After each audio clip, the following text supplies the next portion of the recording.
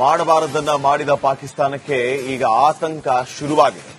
ಇತ್ತ ಭಾರತೀಯ ಸೇನೆ ಆಪರೇಷನ್ ಆಕ್ರಮಣ್ ಪ್ರಾರಂಭ ಮಾಡಿದ್ರೆ ಅತ್ತ ಶತ್ರು ರಾಷ್ಟ್ರದ ಎದೆಯಲ್ಲಿ ನಡುಕ ಹುಟ್ಕೊಂಡಿದೆ. ಅದಕ್ಕೇನ್ ಕಾರಣ ಅನ್ನೋದರ ಕುರಿತು ಒಂದು ಎಕ್ಸ್ಕ್ಲೂಸಿವ್ ರಿಪೋರ್ಟ್ ಇಲ್ಲಿದೆ ನೋಡಿ.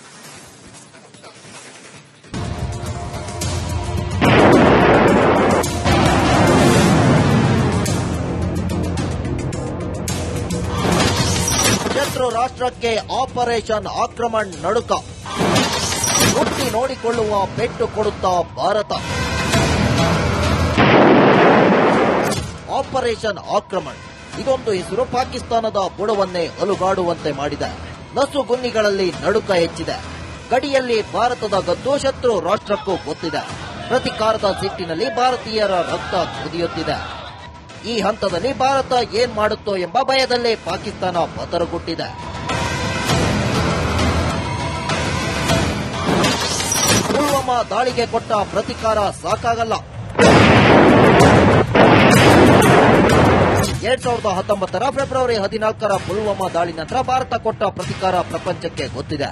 ಆದ್ರೆ ಈ ಬಾರಿ ಅಷ್ಟು ಸಣ್ಣ ಪ್ರಮಾಣದ ಪ್ರತಿಕಾರಕ್ಕೆ ಭಾರತೀಯರು ಒಪ್ಪೋದಿಲ್ಲ. ನರಿಬುದ್ಧಿ ನಸ್ಲಿ ಹರಾಮ್ಗಳ ನರ ಕತ್ತರಿಸುವುದನ್ನೇ ಎದುರು ನೋಡುತ್ತಿದ್ದಾರೆ. ಕದನ ವಿರಾಮ ಒಪ್ಪಂದಕ್ಕೆ ಕೊಕ್ಕೆ. ಭಾರತ ಪಾಕಿಸ್ತಾನ ನಡುವಿನ ಕದನ ವಿರಾಮಕ್ಕೆ ಕೊಕ್ಕೆ ಬಿದ್ದಿದೆ. ಇದರಿಂದ ಭಾರತವು ಪಾಕಿಸ್ತಾನ ಆಕ್ರಮಿತ ಪ್ರದೇಶಕ್ಕೆ ನುಗ್ಗಿ ಹೊಡೆಯುವ ಅಪಾಯ ಹೆಚ್ಚಿದೆ.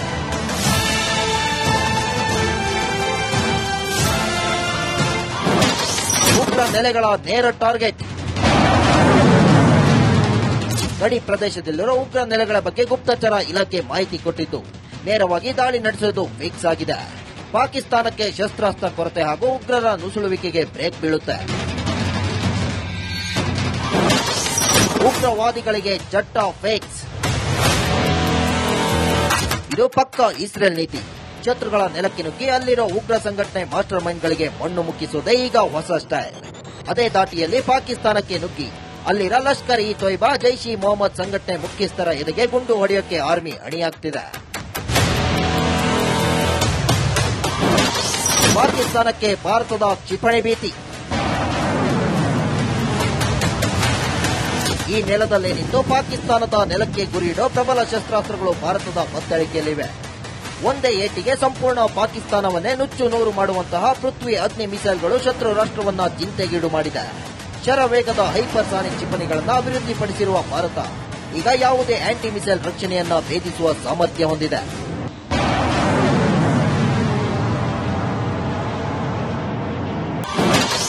ಶತ್ರು ರಾಷ್ಟ್ರಕ್ಕೆ ಪರಮಾಣು ದಾಳಿ ಭೀತಿ. ಅಣುಬಾಂಬ್ ದಾಳಿ ನೀತಿಯನ್ನ ಯಾವುದೇ ಕ್ಷಣದಲ್ಲೂ ಬದಲಾಯಿಸಿಕೊಳ್ಳಬಹುದು. ಭಾರತವು ಮೊದಲು ಪರಮಾಣು ಬಾಂಬ್ ದಾಳಿ ನಡೆಸೋದಿಲ್ಲ. ಒಂದು ವೇಳೆ ಪಾಕಿಸ್ತಾನ ಏನಾದರೂ ತನ್ನ ಕಪಟ ಬುದ್ಧಿ ತೋರಿದ್ರೆ ನಾಶ ಮಾತ್ರ ನಿಶ್ಚಿತ. ಯಾಕಂದ್ರೆ ಭೂಮಾರ್ಗ, ವಾಯುಮಾರ್ಗ, ನೌಕಾ ಮಾರ್ಗದಲ್ಲಿ ಅಣುಬಾಂಬ್ ಪ್ರತಿದಾಳಿ ನಡೆಸುವ ತಾಕತ್ತು ಭಾರತದ ಬಳಿ ಇದೆ. 1972 ಶಿಮ್ಲಾ ಒಪ್ಪಂದ ರದ್ದು. ಕಳೆದ 1972ರಲ್ಲಿ ಶಿಮ್ಲಾ ಒಪ್ಪಂದ ಮಾಡಿಕೊಂಡಿತ್ತು. ಭಾರತ ಪಾಕಿಸ್ತಾನ ಗಡಿಯಲ್ಲಿ ಗುಂಡಿನ ಕಾಳಗಕ್ಕೆ ಕೊಂಚ ಕಡಿವಾಣ ಬಿದ್ದಿತ್ತು. ಈಗ ಇದೇ ಒಪ್ಪಂದ ರದ್ದುಗೊಂಡಿದ್ದು ಯಾವುದೇ ಕ್ಷಣದಲ್ಲಿ ಭಾರತವು ಪಾಕಿಸ್ತಾನ ಆಕ್ರಮಿತ ಕಾಶ್ಮೀರಕ್ಕೆ ನುಗ್ಗಿ ಹೊಡೆಯುವ ಅವಕಾಶ ಸೃಷ್ಟಿಯಾಗಿದೆ. ಪಾಕಿಸ್ತಾನ ಕೂಡ ಆ ಕಡೆಯಿಂದ ಅಲರ್ಟ್ ಆಗಿದೆ. ಪಾಕಿಸ್ತಾನ ಸಮುದ್ರ ಗಡಿಯಲ್ಲಿ ದಿಗ್ಬಂಧನ. ಪಾಕಿಸ್ತಾನದ ವ್ಯಾಪಾರ ವಹಿವಾಟು ಬಹುತೇಕ ಅರಬ್ಬಿ ಸಮುದ್ರದ ಮಾರ್ಗದಲ್ಲಿ ನಡೆಯುತ್ತೆ. ಅರಬ್ಬಿ ಸಮುದ್ರದಲ್ಲಿ ನೌಕಾ ದಿಗ್ಬಂಧನ ಪಾಕಿಸ್ತಾನಕ್ಕೆ ಮುಟ್ಟಿ ನೋಡಿಕೊಳ್ಳುವ ಪೆಟ್ಟು ಕೊಡಲಿದೆ. ವ್ಯಾಪಾರ ವಹಿವಾಟುಗಳಷ್ಟೇ ಅಲ್ಲದೆ ಯುದ್ಧ ನೌಕೆಗಳಿಗೆ ಕಡಿವಾಣ ಹಾಕಿದಂತೆ ಆಗುತ್ತೆ. ಯುದ್ಧ ಘೋಷಿಸುವ ಭಯದಲ್ಲಿ ಪಾಕಿಸ್ತಾನ. ಇಷ್ಟೆಲ್ಲ ಬೆಳವಣಿಗೆ ನಂತರ ಭಾರತ ಪಾಕಿಸ್ತಾನದ ಮಧ್ಯೆ ಪೂರ್ಣ ಪ್ರಮಾಣದ ಯುದ್ಧ ಘೋಷಣೆಯಾದರೂ ಅಚ್ಚರಿಯಿಲ್ಲ. ಒಂದು ವೇಳೆ ಭಾರತೀಯ ಸೇನೆ ಆ ದಿಕ್ಕಿನಲ್ಲಿ ಯೋಚಿಸಿದ್ರೆ ಶತ್ರು ರಾಷ್ಟ್ರವನ್ನ ಯಾರಿಂದಲೂ ರಕ್ಷಿಸೋಕೆ ಸಾಧ್ಯವಿಲ್ಲ. Bureau report, republic Kannada. ಮಾಡಬಾರದನ್ನ ಮಾಡಿದ ಪಾಕಿಸ್ತಾನಕ್ಕೆ ಈಗ ಆತಂಕ ಶುರುವಾಗಿದೆ. ಇತ್ತ ಭಾರತೀಯ ಸೇನೆ ಆಪರೇಷನ್ ಆಕ್ರಮಣ್ ಪ್ರಾರಂಭ ಮಾಡಿದ್ರೆ ಅತ್ತ ಶತ್ರು ರಾಷ್ಟ್ರದ ಎದೆಯಲ್ಲಿ ನಡುಕ ಹುಟ್ಕೊಂಡಿದೆ. ಅದಕ್ಕೇನ್ ಕಾರಣ ಅನ್ನೋದರ ಕುರಿತು ಒಂದು ಎಕ್ಸ್ಕ್ಲೂಸಿವ್ ರಿಪೋರ್ಟ್ ಇಲ್ಲಿದೆ ನೋಡಿ.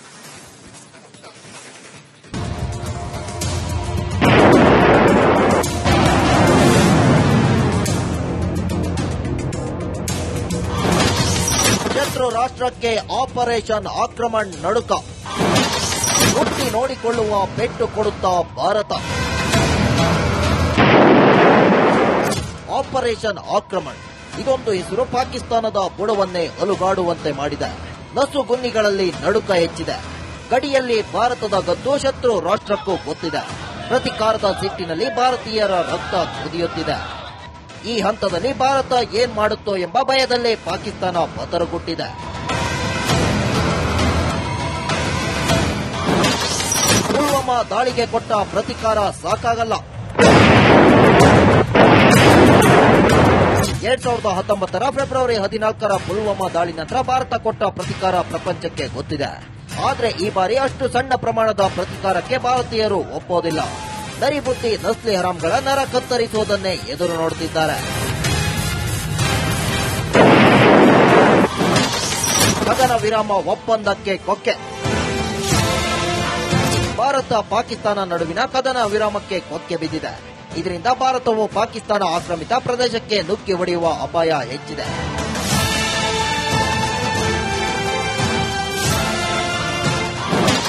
ಉಗ್ರ ನೆಲೆಗಳ ನೇರ ಟಾರ್ಗೆಟ್. ಗಡಿ ಪ್ರದೇಶದಲ್ಲಿರುವ ಉಗ್ರ ನೆಲೆಗಳ ಬಗ್ಗೆ ಗುಪ್ತಚರ ಇಲಾಖೆ ಮಾಹಿತಿ ಕೊಟ್ಟಿದ್ದು, ನೇರವಾಗಿ ದಾಳಿ ನಡೆಸುವುದು ಫಿಕ್ಸ್ ಆಗಿದೆ. ಪಾಕಿಸ್ತಾನಕ್ಕೆ ಶಸ್ತ್ರಾಸ್ತ್ರ ಕೊರತೆ ಹಾಗೂ ಉಗ್ರರ ನುಸುಳುವಿಕೆಗೆ ಬ್ರೇಕ್ ಬೀಳುತ್ತೆ. ಉಗ್ರವಾದಿಗಳಿಗೆ ಚಟ್ಟ ಫೇಕ್ಸ್. ಇದು ಪಕ್ಕ ಇಸ್ರೇಲ್ ನೀತಿ. ಶತ್ರುಗಳ ನೆಲಕ್ಕೆ ನುಗ್ಗಿ ಅಲ್ಲಿರೋ ಉಗ್ರ ಸಂಘಟನೆ ಮಾಸ್ಟರ್ ಮೈಂಡ್ಗಳಿಗೆ ಮಣ್ಣು ಮುಕ್ಕಿಸುವುದೇ ಈಗ ಹೊಸ ಸ್ಟೈಲ್. ಅದೇ ದಾಟಿಯಲ್ಲಿ ಪಾಕಿಸ್ತಾನಕ್ಕೆ ನುಗ್ಗಿ ಅಲ್ಲಿರ ಲಷ್ಕರ್ ಇ ತೊಯ್ಬಾ, ಜೈಷ್ ಇ ಮೊಹಮ್ಮದ್ ಸಂಘಟನೆ ಮುಖ್ಯಸ್ಥರ ಎದೆಗೆ ಗುಂಡು ಹೊಡೆಯೋಕೆ ಆರ್ಮಿ ಅಣಿಯಾಗ್ತಿದೆ. ಪಾಕಿಸ್ತಾನಕ್ಕೆ ಭಾರತದ ಕ್ಷಿಪಣಿ ಭೀತಿ. ಈ ನೆಲದಲ್ಲೇ ನಿಂತು ಪಾಕಿಸ್ತಾನದ ನೆಲಕ್ಕೆ ಗುರಿಯಿಡೋ ಪ್ರಬಲ ಶಸ್ತ್ರಾಸ್ತ್ರಗಳು ಭಾರತದ ಬತ್ತಳಿಕೆಯಲ್ಲಿವೆ. ಒಂದೇ ಏಟಿಗೆ ಸಂಪೂರ್ಣ ಪಾಕಿಸ್ತಾನವನ್ನೇ ನುಚ್ಚು ನೂರು ಮಾಡುವಂತಹ ಪೃಥ್ವಿ ಅಗ್ನಿ ಮಿಸೈಲ್ಗಳು ಶತ್ರು ರಾಷ್ಟ್ರವನ್ನ ಚಿಂತೆಗೀಡು ಮಾಡಿದೆ. ಶರವೇಗದ ಹೈಪರ್ಸಾನಿಕ್ ಕ್ಷಿಪಣಿಗಳನ್ನು ಅಭಿವೃದ್ಧಿಪಡಿಸಿರುವ ಭಾರತ ಈಗ ಯಾವುದೇ ಆಂಟಿ ಮಿಸೈಲ್ ರಕ್ಷಣೆಯನ್ನ ಭೇದಿಸುವ ಸಾಮರ್ಥ್ಯ ಹೊಂದಿದೆ.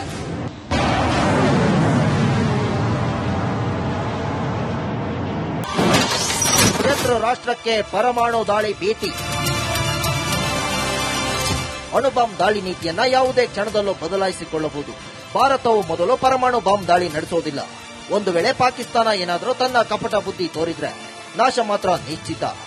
ಯಾಕಂದ್ರೆ ಭೂಮಾರ್ಗ, ವಾಯುಮಾರ್ಗ, ನೌಕಾ ಮಾರ್ಗದಲ್ಲಿ ಅಣುಬಾಂಬ್ ಪ್ರತಿದಾಳಿ ನಡೆಸುವ ತಾಕತ್ತು ಭಾರತದ ಬಳಿ ಇದೆ. 1972 ಶಿಮ್ಲಾ ಒಪ್ಪಂದ ರದ್ದು. ಕಳೆದ 1972ರಲ್ಲಿ ಶಿಮ್ಲಾ ಒಪ್ಪಂದ ಮಾಡಿಕೊಂಡಿತ್ತು. ಭಾರತ ಪಾಕಿಸ್ತಾನ ಗಡಿಯಲ್ಲಿ ಗುಂಡಿನ ಕಾಳಗಕ್ಕೆ ಕೊಂಚ ಕಡಿವಾಣ ಬಿದ್ದಿತ್ತು. ಈಗ ಇದೇ ಒಪ್ಪಂದ ರದ್ದುಗೊಂಡಿದ್ದು ಯಾವುದೇ ಕ್ಷಣದಲ್ಲಿ ಭಾರತವು ಪಾಕಿಸ್ತಾನ ಆಕ್ರಮಿತ ಕಾಶ್ಮೀರಕ್ಕೆ ನುಗ್ಗಿ ಹೊಡೆಯುವ ಅವಕಾಶ ಸೃಷ್ಟಿಯಾಗಿದೆ. ಪಾಕಿಸ್ತಾನ ಕೂಡ ಆ ಕಡೆಯಿಂದ ಅಲರ್ಟ್ ಆಗಿದೆ.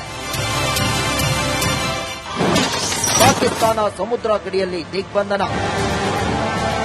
ಪಾಕಿಸ್ತಾನದ ವ್ಯಾಪಾರ ವಹಿವಾಟು ಬಹುತೇಕ ಅರಬ್ಬಿ ಸಮುದ್ರದ ಮಾರ್ಗದಲ್ಲಿ ನಡೆಯುತ್ತೆ. ಅರಬ್ಬಿ ಸಮುದ್ರದಲ್ಲಿ ನೌಕಾ ದಿಗ್ಬಂಧನ ಪಾಕಿಸ್ತಾನಕ್ಕೆ ಮುಟ್ಟಿ ನೋಡಿಕೊಳ್ಳುವ ಪೆಟ್ಟು ಕೊಡಲಿದೆ. ವ್ಯಾಪಾರ ವಹಿವಾಟುಗಳಷ್ಟೇ ಅಲ್ಲದೆ ಯುದ್ಧ ನೌಕೆಗಳಿಗೆ ಕಡಿವಾಣ ಹಾಕಿದಂತೆ ಆಗುತ್ತೆ. ಯುದ್ಧ ಘೋಷಿಸುವ ಭಯದಲ್ಲಿ ಪಾಕಿಸ್ತಾನ. ಇಷ್ಟೆಲ್ಲ ಬೆಳವಣಿಗೆ ನಂತರ ಭಾರತ ಪಾಕಿಸ್ತಾನದ ಮಧ್ಯೆ ಪೂರ್ಣ ಪ್ರಮಾಣದ ಯುದ್ಧ ಘೋಷಣೆಯಾದರೂ ಅಚ್ಚರಿಯಿಲ್ಲ. ಒಂದು ವೇಳೆ ಭಾರತೀಯ ಸೇನೆ ಆ ದಿಕ್ಕಿನಲ್ಲಿ ಯೋಚಿಸಿದ್ರೆ ಶತ್ರು ರಾಷ್ಟ್ರವನ್ನ ಯಾರಿಂದಲೂ ರಕ್ಷಿಸೋಕೆ ಸಾಧ್ಯವಿಲ್ಲ. Bureau report, republic.